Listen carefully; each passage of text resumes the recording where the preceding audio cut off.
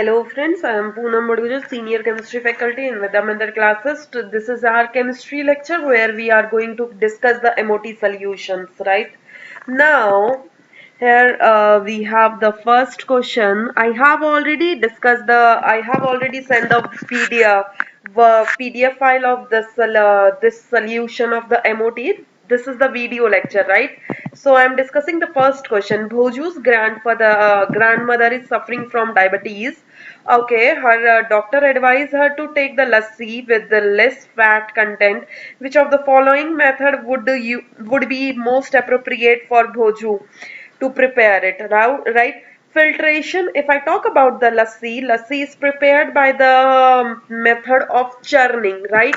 Lassi is prepared by the method of churning. This is the method which is used for the lassi preparation, where the whatever be the fat content is there in the lassi, like you can say मलाई जो होती है उससे जो घी निकलता है, जो ऊपर का क्रीम पार्ट होता है बेटा, वो सेपरेट हो जाता है by the help of churning.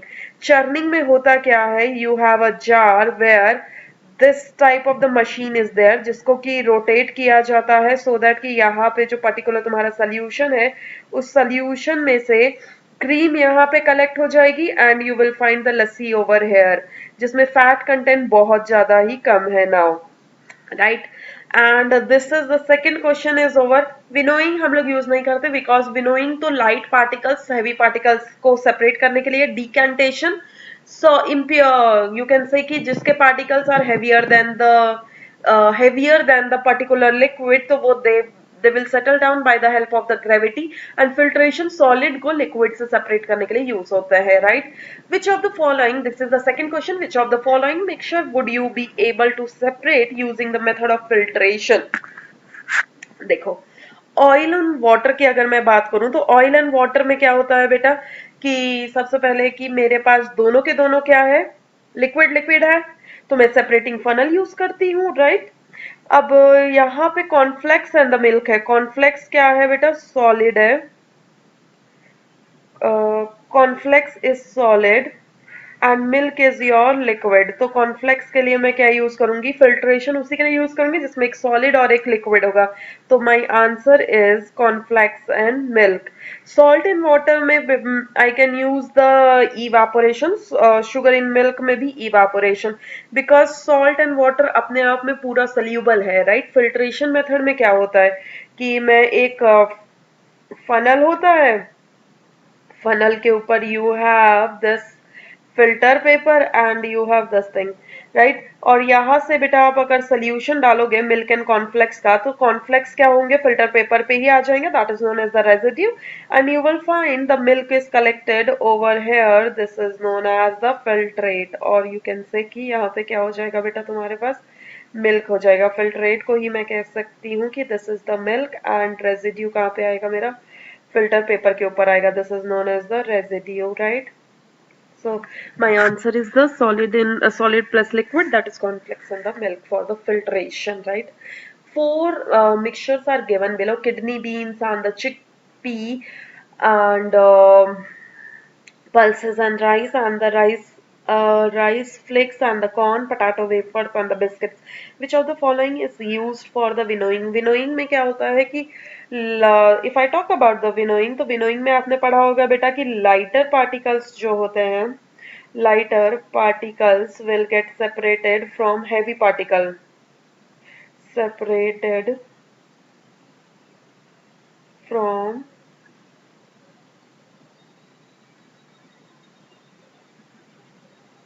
Heavy particles, right. तो लाइटर पार्टिकल्स हैवी पार्टिकल्स से सेपरेट किए जाते हैं इसमें. तो यहाँ पे अगर मैं देखूंगी किडनी बीन्स भी सेम साइज की है, चिक बीन्स भी सेम साइज की है, pulses and rices are also with almost size में कोई फर्क नहीं है. अगर मैं पल्स की बात करूं और राइस की बात करूं तो दोनों के वेट में भी कोई इतना फर्क नहीं आता है. बात करते हैं कि राइस एंड द कॉर्नफ्लेक्स, तो कॉर्नफ्लेक्स लाइट वेट है, rice, okay, corns are heavier है और राइस फ्लेक्स लाइटर वेट है। पटाटो वेपर्स भी लाइट है बट बिस्किट्स आर हेवियर है। तो इन दोनों मेथड के लिए मैं क्या यूज करूंगी बेटा, winnowing. So option 3 and 4, I have this D option, that is 3 and 4, right. Okay, we are proceeding further. We have four questions over here. The fourth question is, two liquids with the same boiling point are completely soluble in each other. Which method would you use to try separate them? देखिए, यहाँ पे बेटा मैं क्रोमेटो, the answer is the two liquids have the same boiling point, same boiling point है, they are completely soluble each other, and which method is used? सबसे पहली बात तो मैं फिल्ट्रेशन बिल्कुल, सेपरेशन फनल, सेपरेटिंग फनल बिल्कुल यूज नहीं कर पाऊंगी बिकॉज वो एक दूसरे में पूरे के पूरे सल्यूबल है। मैं फिल्ट्रेशन भी नहीं यूज कर पाऊंगी, वाई, बिकॉज यहाँ पे सॉलिड लिक्विड नहीं है। मैं फ्रैक्शनल डिस्टिलेशन भी नहीं यूज कर पाऊंगी। फ्रैक्शनल डिस्टिलेशन जब यूज किया जाता है जब बॉइलिंग पॉइंट में थोड़ा बहुत डिफरेंसेस हो, that is I can say कि फ्रैक्शनल डिस्टिलेशन भी डिस्टिलेशन है। जब बीपी बॉइलिंग पॉइंट में डिफरेंसेस क्या होते हैं बेटा, is less than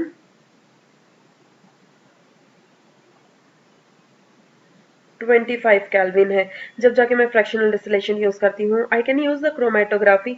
उन दोनों लिक्विड्स को मैं क्या करती हूँ बेटा, एक पेपर पे लगा देती हूँ। पेपर पे लगाने के बाद में I can use the particular solvent, वो उसमें एक में सोल्यूबल होगा दूसरे में नहीं होगा। They will rise on the paper and we can separate them, right? Paheli asked for a glass of water from Bhoju.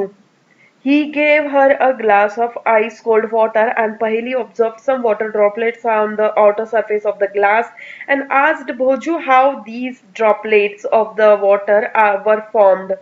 Which of the following should be the Bhoju's answer? The evaporation of the water from the glass, no. Water that sipped out from the glass, no, because पानी तो बाहर निकल के आया नहीं भाई। Glasses कोई मेरे मटका का तो बना नहीं है, सॉइल का तो बना नहीं है, तो उससे तो निकल के आएगा नहीं। Evaporation of atmospheric water vapour, condensation of the atmospheric vapours into the liquid. क्या होता है कि बेटा कंडेंस हो जाते हैं जो आउटर पार्टिकल होते हैं। भोजू ने क्या किया था, उसे एक ग्लास ऑफ वाटर दिया था जिसमें कि आइस कोल्ड वाटर था। अब जो वेपर्स, वाटर वेपर्स, अगर मैं कहूं कि यहाँ पे वाटर वेपर्स प्रेजेंट है, ये वाटर वेपर्स क्या हो गए, सरफेस इसका ठंडा है ग्लास का, तो यहाँ पे आके कंडेंस हो गए। तो condense particle will be over collected over hair on the surface of the glass. This is known as what, the condensation of the atmospheric vapors, right? In the sixth question, in the activity, a teacher dissolve a small amount of the solid copper sulfate in a tumbler half filled with water. Which would you use to get back the solid copper sulfate from the solution? Decantation, evaporation, sedimentation, and condensation. In an activity, teacher dissolve a small amount of solid copper sulfate in a tumbler half filled with the water. Which of the following would you use to get the back the solid copper sulfate from the decantation? Okay, so first of all, अगर मैं बात करती हूँ ना, copper sulphate तुमने पहली बार सुना है नाम, तो copper sulphate is present in the rat killer also, right? This you have to add in your memory that the copper sulfate is used for the rat killing. It can't be separated by decantation because ये completely soluble है, sedimentation से भी no, completely soluble है, condensation से भी नहीं। और मैं इसे सेपरेट कर सकती हूँ by obtaining it again by the evaporation method. मैं कॉपर सल्फेट को बेटा एक ग्लास ऑफ टम्बलर में डिसॉल्व करती हूँ। If you evaporate the water you will find the large stone, और I can say the crystal of the copper sulphate over है। Copper sulphate का फॉर्मूला है बेटा CuSO4, right. And seventh question is that a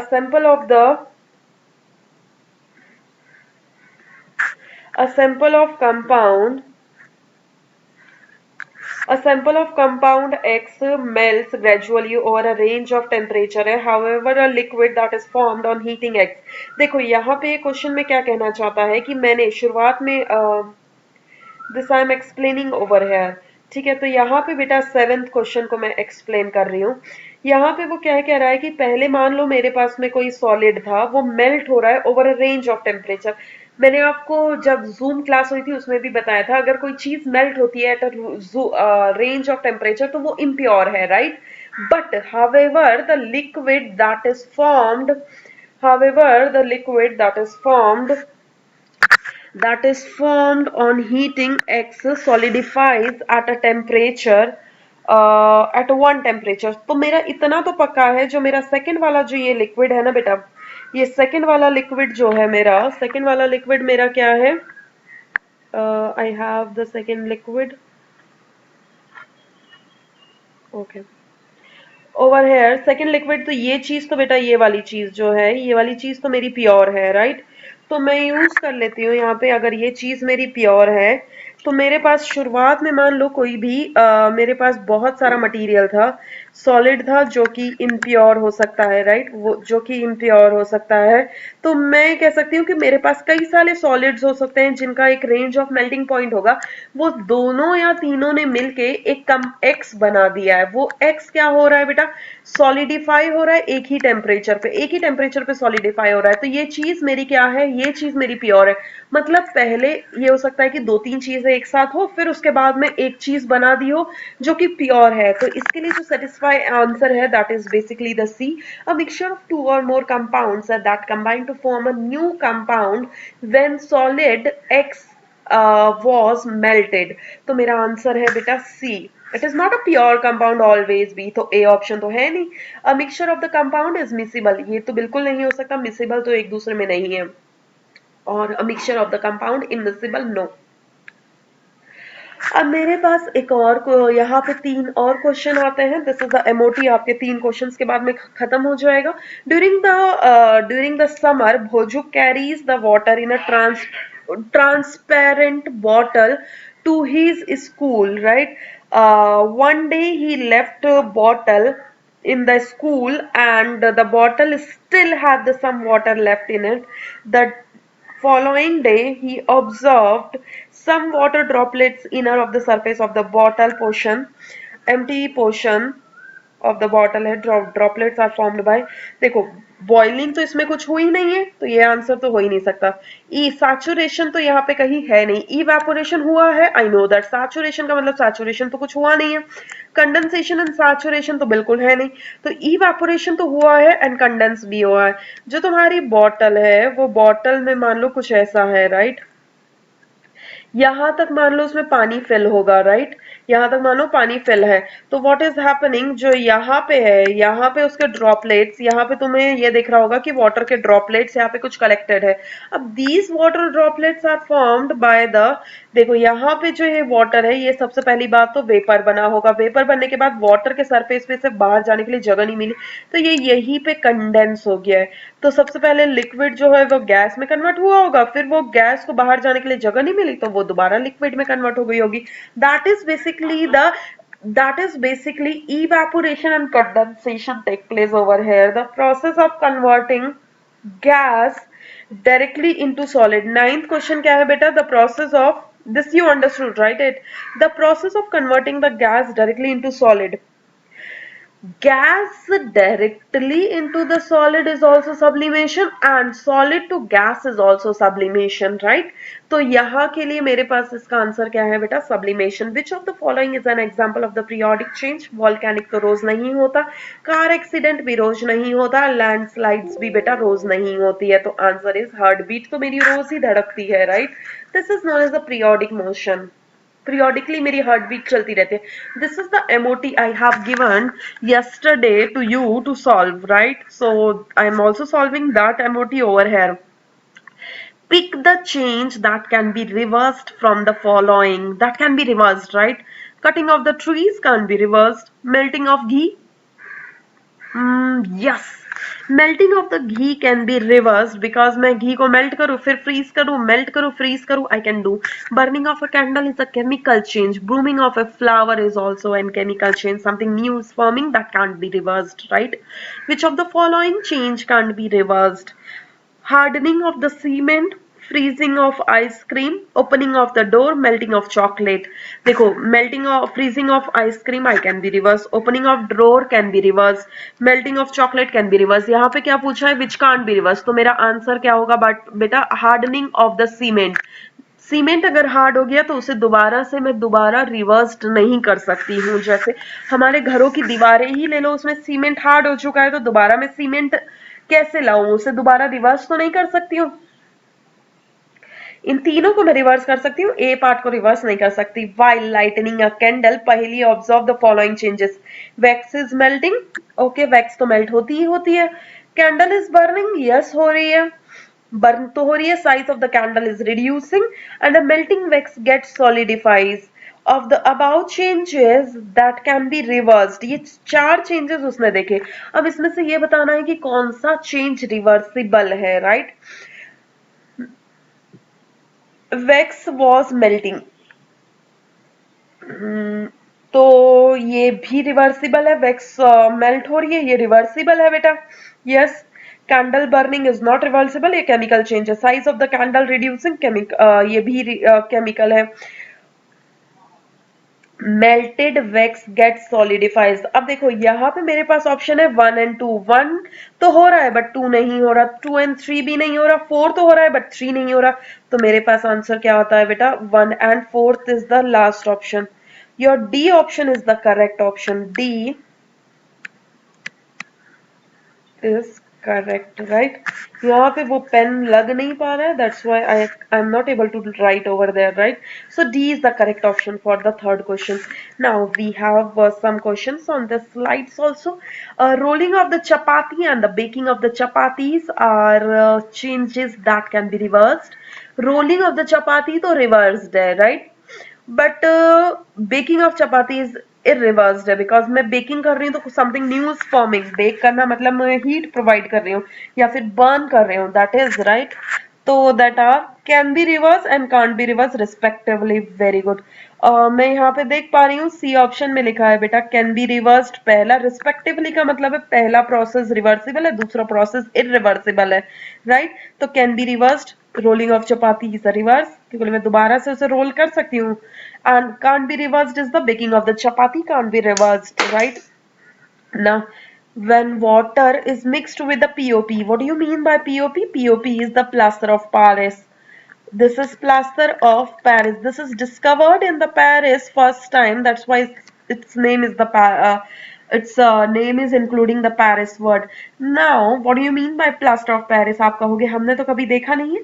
If you have fractured at your bones, in your bones, or so if you prefer to go to the doctor will give you the white colored, आपके ऊपर हाथ के ऊपर में वो एक solid सा substance लगा देता है और कहता है कि 15 डेज आपको इसे रखना है सो दैट कि आपका हाथ क्या हो जाएगा, ठीक हो जाएगा और आपकी क्रैक्ड बोन्स दोबारा से ज्वाइन हो जाएंगी.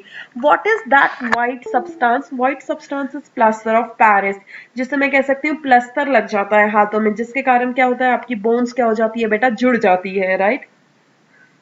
प्लास्टर ऑफ पेरिस पानी में डालने के बाद क्या हो जाता है, वेरी हार्ड हो जाता है. वेरी हार्ड का मतलब है हार्ड भी नहीं होता बेटा, वेरी हार्ड हो जाता है क्योंकि आपकी बोन्स को वो हिलने भी नहीं देता है वहां से. वो अगर एक बार डॉक्टर ने ऐसे टच, मतलब मान लो कि यहाँ से कुछ क्रैक आया है बोन में और इन बोन्स को डॉक्टर ऐसे टाई अप कर देता है, ऐसे टाई अप करके इसके ऊपर प्लास्टर ऑफ पेरिस की एक लेयर चढ़ा देता है.